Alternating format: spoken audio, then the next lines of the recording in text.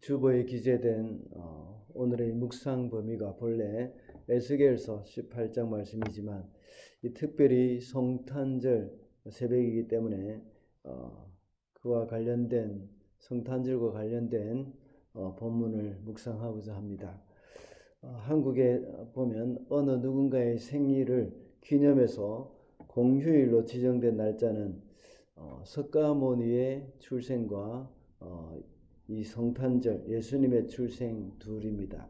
물론 무슬림 같은 경우에는 이 마호메트의 출생을 특별한 날로 잡기도 하고, 또 우리 잘 아는 북한일 경우에는 김일성의 생일을 특별한 날로 잡기도 할 것입니다.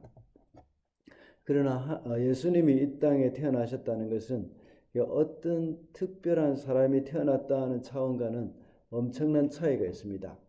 예수님의 탄생은 석가모니의 탄생과는 완전히 다릅니다. 마호메트나 또 소크라테스 또는 공자의 출생과는 더 완전히 다릅니다. 이런 사람들은 그저 한 사람 또는 한 피조물이 태어난 것에 불과합니다. 그러나 그리스도의 탄생은 하나님이 오신 것입니다. 하나님이 사람의 몸을 입고 오셨다는 것입니다. 이렇게 하나님이 사람의 몸을 입고 이 땅에 오셨다는 것은 하나님이 가지고 있는 모든 속성과 특권을 다 내려놓았다는 것을 우리가 생각해야 하겠습니다. 그런데 사람들은 이 사실에 대해서 그렇게 놀라지도 않고 또 중요하게 여기지도 않습니다. 그저 예수님의 탄생으로 모두가 이렇게 공휴일 또는 명절로만 생각하고 있습니다. 그래서 오늘은 이 땅에 오신 그리스도라는 제목으로 말씀을 살펴보면서 사람으로 오신 그 예수님이 사람으로 오신 의미가 굉장히 많이 있지만 그 중에 낮아지신 것에 대해서 잠깐 일부분만 이렇게 살펴보도록 하겠습니다. 첫째로 이 땅에 오신 그리스도는 자신을 비우셨습니다. 6절과 7절입니다. 그는 하나님의 모습을 지니셨으나 하나님과 동등함을 당연하게 생각하지 아니하시고 오히려 자기를 비워서 종의 모습을 취하시고 사람과 같이 되셨습니다. 그는 사람의 모양으로 나타나셨어. 6절에 이 말씀을 세 번역으로는 하나님의 모습을 지니셨다고 번역되어 있습니다. 이 모습이라는 말은 헬라어에서는 외적인 모습, 또 형상 이렇게 말을 하지만 이 단어가 하나님에게 적용이 될 때는 본래 하나님은 형상, 모습 이런 부분들이 겉모습으로 드러나는 것이 없기 때문에 이 하나님의 가장 깊은 본질 이것을 말합니다. 다시 말하자면 하나님의 본질적인 성격과 이 성질 이것을 나타낸다고 볼 수가 있습니다. 예수님은 바로 이렇게 하나님과 본질적으로 동일하신 분이시라는 그런 말입니다. 그런데 이것을 당연하게 여기지 않고 자신을 비워서 종의 모습을 취하셨다고 했습니다. 여기서도 동일하게 이 모습이라는 말이 나옵니다. 하나님의 모습 이렇게 말을 할 때와 같은 단어로 종의 모습이라고 표현을 하고 있습니다.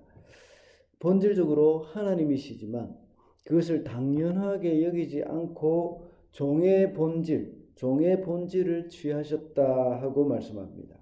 이 땅에 오신 그리스도의 모습은 이렇게 자신을 비운 모습이라는 겁니다. 비웠다는 말은 버렸다는 말이 아닙니다. 버리거나 포기했다는 말이 아니고 그 지위를 잠시 누리지 않았다는 것입니다. 종의 형체를 가졌고 사람과 같이 되었다는 그런 의미로 설명이 가능한 것입니다. 예수님이 누릴 수 있는 것을 다 내려놓으셨다는 겁니다. 누릴 수 있는 것을 그대로 누린다고 해서 누군가가 뭐라고 할 수 없습니다. 그것은 당연한 것입니다. 그 주님은 그것을 누리지 않으셨다는 것입니다. 누군가가 우리 본인이 자기가 누릴 수 있는 모든 혜택들을 다 누린다고 하더라도 거기에 대해서 뭐라고 말하지 않지만 그러나 그것을 다 내려놓았다, 누리지 않았다는 것입니다. 2000년 전에 예수님께서 이 땅에 태어나실 때에 베들레헴에서 빈방이 없었습니다. 이 땅에 오신 예수님이 태어나려고 하셨는데 그 누구 하나 자기 방을 양보해 주는 사람이 없었다는 겁니다. 모두가 다 자신이 돈을 주고 그날 밤에 누려야 할 그 여간에서의 누려야 할 그 쉼을 마땅히 누리는 것을 이제 당연한 것으로 사람들은 다 생각하고 있었습니다. 그런데 그 배가 불러서 곧 아기 낳아야 할 장소도 찾지 못했던 그 요셉의 부부, 그 사람에게 자신이 누려야 할 그 혜택, 자신이 예약하고 또 돈을 주고 차지하고 있는 그 방, 그것을 아무도 포기하지 않고 비워주지 않고 자기가 다 누렸다는 겁니다. 그러나 예수님은 하나님의 본체로서 당연하게 누릴 것으로 생각하지 않으시고 이 땅에 오셨다는 것입니다. 왜냐하면 이제 예수님은 자신을 비우셨기 때문입니다. 둘째로 이 땅에 오신 그리스도는 낮아지셨습니다. 8절입니다. 자기를 낮추시고 죽기까지 순종하셨으니 곧 십자가에 죽기까지 하셨습니다. 하나님이신 예수께서 이 땅에 오신 것은 자신을 비우셨을 뿐만 아니라 낮아지셨습니다. 사실은 하나님 사람으로 오신 것 자체가 낮아지신 것입니다. 그런데 예수님은 더 낮아지셨습니다. 사람으로 오신 것 자체가 낮아지셨지만 더 낮아지셔서 십자가에서 당신의 피조물들에게 매를 맞고 십자가에 달려 돌아가셨습니다. 하나님이 사람으로 오신 것만 해도 엄청나게 낮아지신 일입니다. 언젠가 한번 말씀드린 적이 있습니다. 하나님이 사람이 되셨다는 말은 우리 인간이 무슨 개미나 벌레가 되는 차원과는 완전히 다른 일입니다. 사람이 개미가 되었다는 것은 피조물이 피조물로 바뀐 것과 불과합니다. 바뀐 것에 불과합니다. 그러나 하나님이 사람이 되셨다는 것은 창조주가 피조물이 되었다는 것입니다.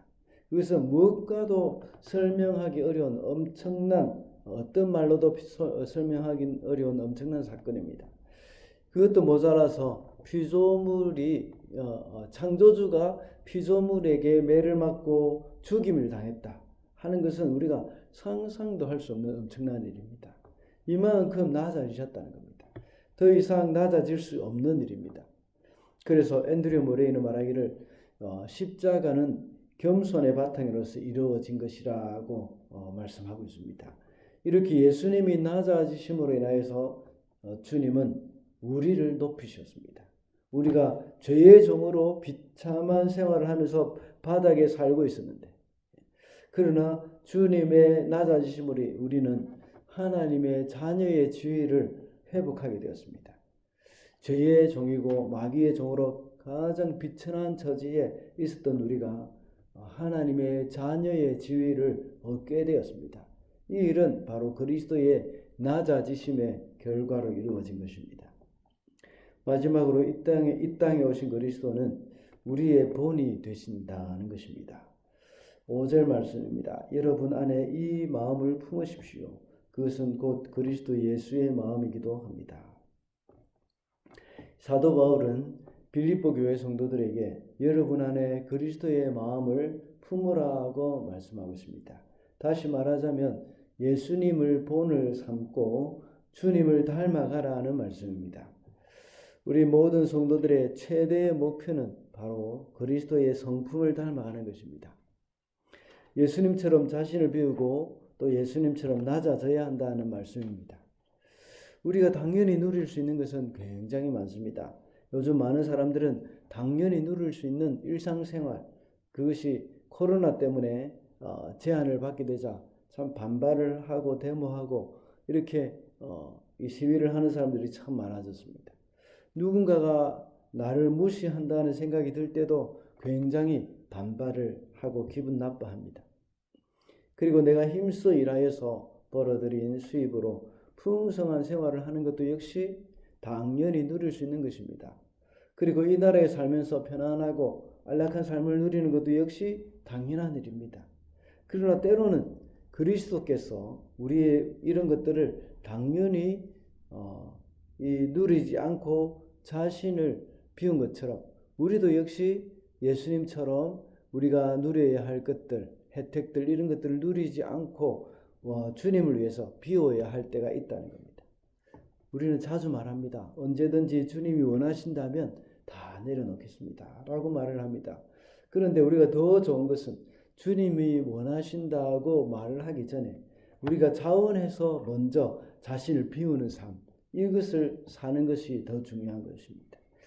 그것이 바로 성탄절을 맞이하는 우리 성도들이 주님을 본받는 삶이라고 할 수 있습니다. 자신을 낮추는 삶도 역시 마찬가지입니다. 주일 설교를 할 때 한번 말씀드린 것처럼 겸손을 얻기 위해서 어떤 희생도 감수해야 한다는 겁니다. 사도 바울은 고린도전서 12장의 말씀에서 육체의 가시를 제거하기 위해서 3번이나 하나님 앞에 기도했지만 하나님께서는 이 기도에 응답하시기를 내 은혜가 내게 족하다. 네가 약한 데서 강하여짐이니라 하고 말씀하셨습니다. 그럴 때 바울은 내가 기뻐하였다. 내가 약한 것을 사랑한다 하고 말씀합니다. 그러면서 자신이 교만하지 않게 하기 위해서 하나님이 사탄의 가시를 나에게 주셨다고 했습니다.